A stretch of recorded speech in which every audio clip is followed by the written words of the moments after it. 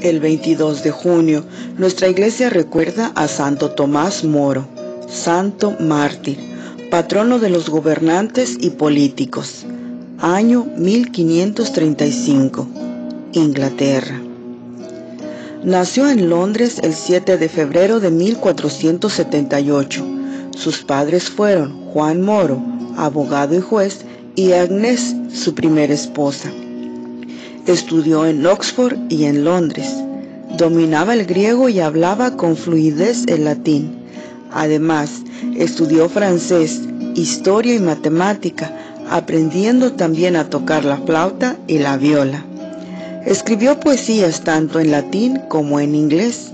Se consagró de una manera especial a las obras de Pico de la Mirándula, quien influyó mucho en su vocación.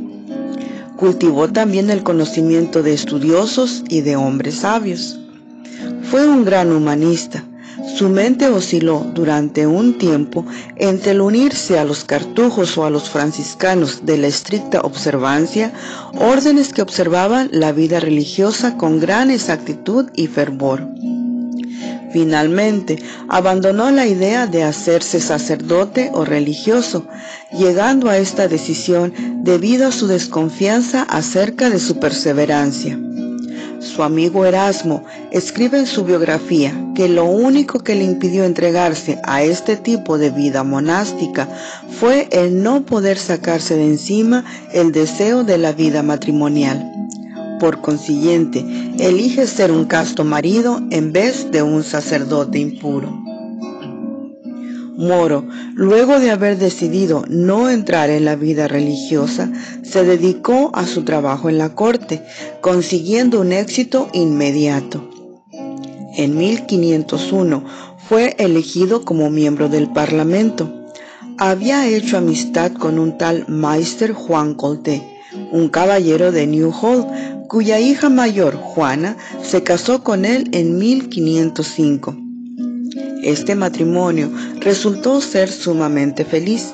Tuvieron 3 hijas, Margarita, Isabel y Cecilia, y un hijo, Juan, pero en 1511 Juana Moro murió siendo casi una niña. Moro se casó nuevamente poco después de la muerte de su primera esposa, optando esta vez por Alicia Middleton, una viuda. Ella era mayor que él por 7 años, un alma buena, algo simple, sin belleza y educación, pero una buena ama de casa, y se consagró al cuidado de los niños. En general, este matrimonio parece haber sido bastante satisfactorio. El santo supo compaginar una vida interior profunda con una vida escrupulosa en sus obligaciones profesionales. Como pionero en la promoción de los laicos, se enfrenta a los problemas de su tiempo con criterios cristianos. Crece su prestigio como abogado y en la corte le piden su colaboración. Es elegido canciller del reino. Su fama va creciendo, recibe cargos y con ello buenas compensaciones económicas. En junio de 1520 ya pertenecía al séquito de Enrique VIII y en 1521 fue investido como caballero y el rey lo nombró tesorero subalterno. Recibió tierras en Oxford y 3 años después en Kent, siendo esto una prueba del gran favor que Enrique le tenía. Fue elegido portavoz de la Cámara de los Comunes. En 1525 fue nombrado administrador mayor de la Universidad de Cambridge y ese mismo año fue nombrado canciller del Ducado de Lancaster. Además de los cargos que ya tenía y ejercía, era tanta la confianza que el rey le tenía que podía invitarse solo a cenar a su casa y caminar por los jardines de Moro. En esta época, la controversia luterana se había extendido a lo largo de Europa y con algo de desgano, Moro se vio arrastrado en él. Sus escritos en defensa de la fe son mencionados en la lista de sus trabajos. Si bien escribe con bastante más refinamiento que la mayoría de los escritores apologéticos de la época, en ellos hay cierto sabor desagradable para los lectores modernos. En octubre de 1529, Moro sucedió a Wolsey como canciller de Inglaterra, un cargo que nunca antes había ejercido por un seglar. Su tenencia en la Cancillería fue memorable por su justicia sin igual. Como canciller, su deber era velar por el cumplimiento de las leyes en contra de los herejes, y por ello se granjeó los ataques de escritores protestantes, tanto de su época como de tiempos posteriores. La primera aparición pública de Moro como canciller fue en la apertura del nuevo Parlamento en noviembre de 1529. Él no tenía conocimiento alguno acerca de la serie de continuas intromisiones que este Parlamento haría en la Iglesia.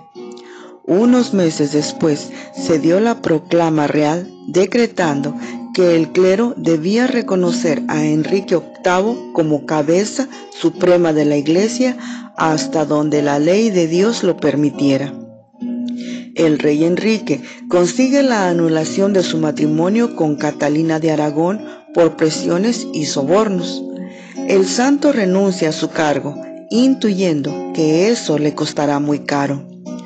Moro se niega a firmar el acta de sucesión y de supremacía, por la que se proclama el rey cabeza de la Iglesia anglicana y la dependencia de Roma. Moro acata la autoridad civil del rey, pero no quiere ser infiel a su conciencia. Poco después, Tomás Moro es juzgado y encerrado en la Torre de Londres.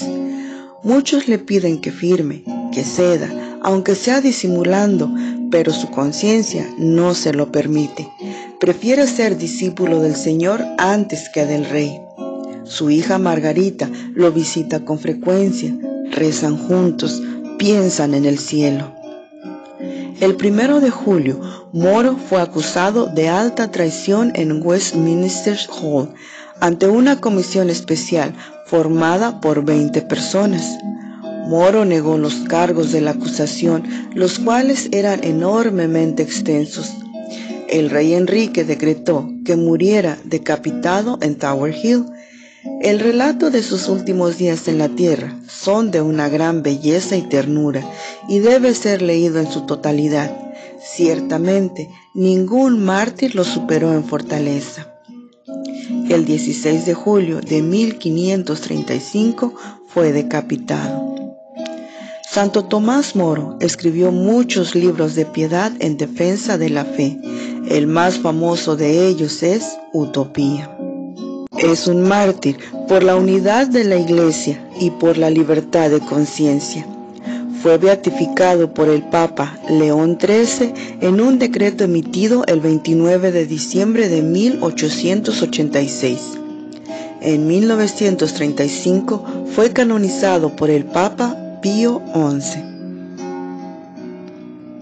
Dios Padre Todopoderoso, por la intercesión y ejemplo de Santo Tomás Moro, danos la gracia de la perseverancia final, que nada nos haga renegar de nuestra fe, de la confianza que debemos de tener en el que todo lo puede. Por Jesucristo nuestro Señor, Santo Tomás Moro, ruega por nosotros. Amén.